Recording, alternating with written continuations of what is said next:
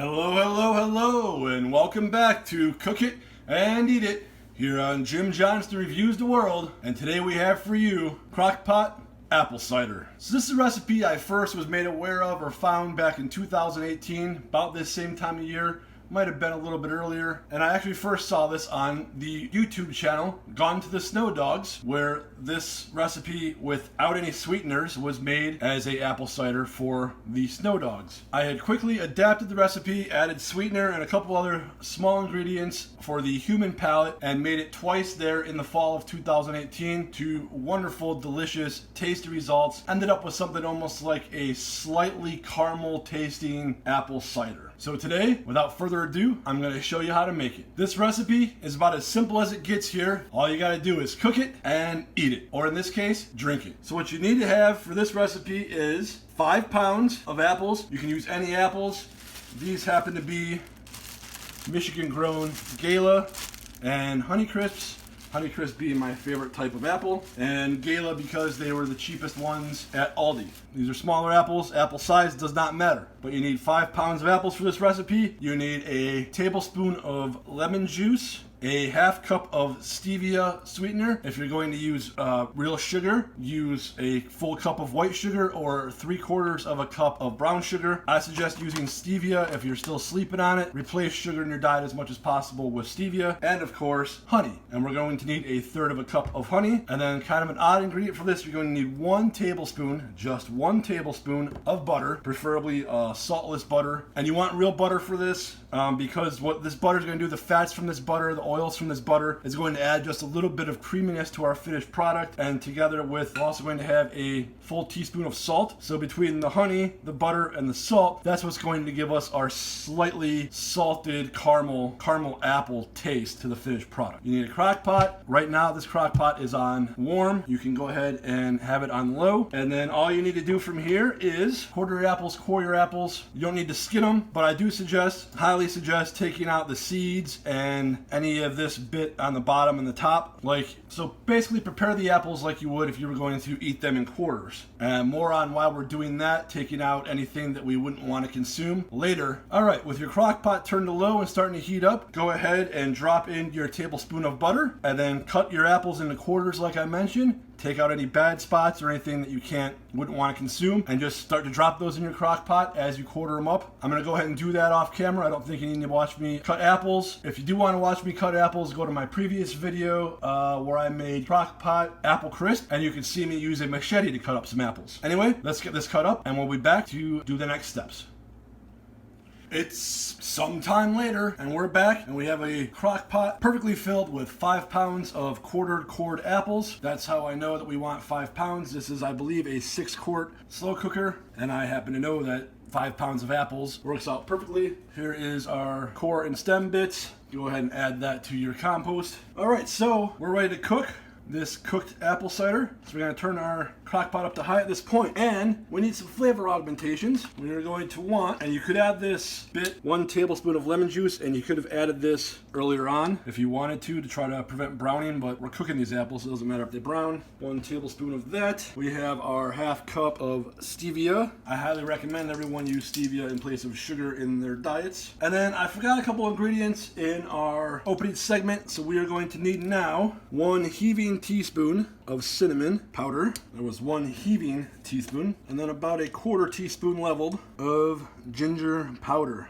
And that's just to deepen the flavor profile a little bit. And then we also want to add, to deepen the flavor profile, about 1/2 teaspoon of salt, preferably sea salt. And then we need 1/3 of a cup of honey, drizzled about. And this, with the cinnamon and the salt and the ginger, is going to give us a very deep, rich, almost caramelized flavor. Last thing we need before we clamp the lid on for a couple hours is to fill this up with nice, clean, preferably filtered water. And this is going to take 8 to 10 cups of water, and then you want to fill it up just about to the top, like that. At this point, we're set on high. We're going to clamp our lid on and let this go for 2.5 hours. Just let it chill out like this for 2.5 hours, and then we'll be back to check the progress and see where we're at.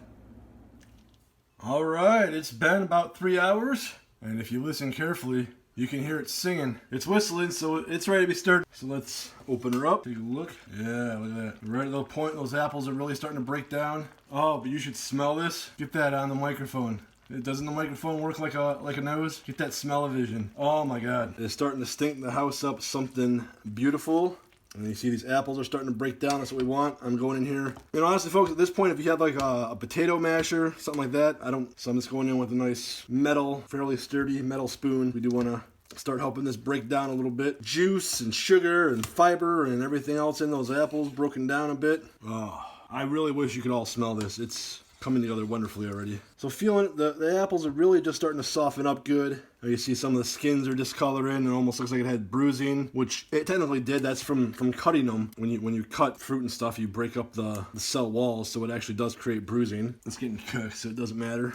All right. You know, take your lid off every half hour, 45 minutes. Give it a stir. Work on breaking it down more and more each time you stir it. So we're going to let that happen for about 3 hours. So we'll be back with you this evening. See if we're ready to strain this out and put it in bottles yet.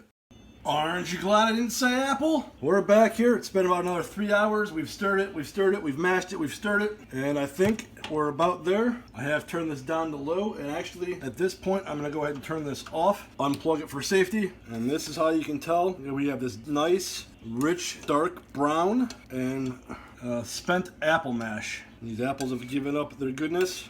And we thank them. Give them a salute for their sacrifice.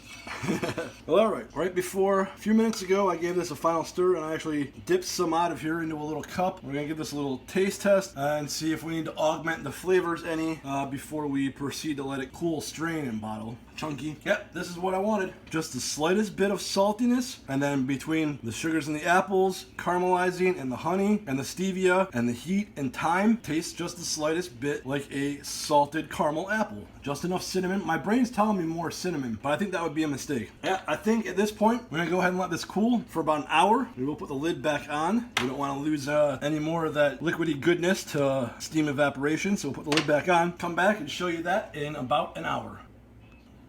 Alright, this stuff's been cooling off for a little over an hour.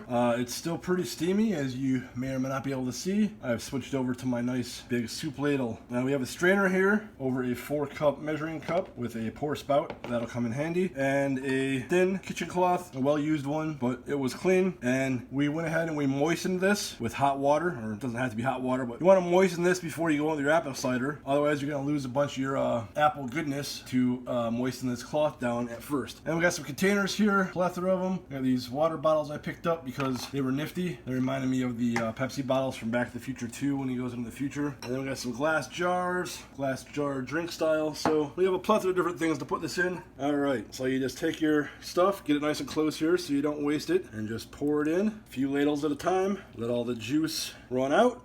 Cider. We don't want to squeeze all the drinkable cider we can out of this pulp, but we're going to save this pulp, and we're going to do another recipe of something delicious to use this up. So except for the seeds and the cores and the stems, this is a zero waste food product, which I am personally a big fan of. You can kind of stir it around, let it drain, and you can use cheesecloth, 3-4 layers of cheesecloth, or any permeable thing. I don't necessarily recommend paper towels because they might rip on you, but you definitely want to put it through some kind of cloth that can filter out the liquid from the pulpy solids. And it might take a little time, but it'll get there, and it'll be well worth your efforts.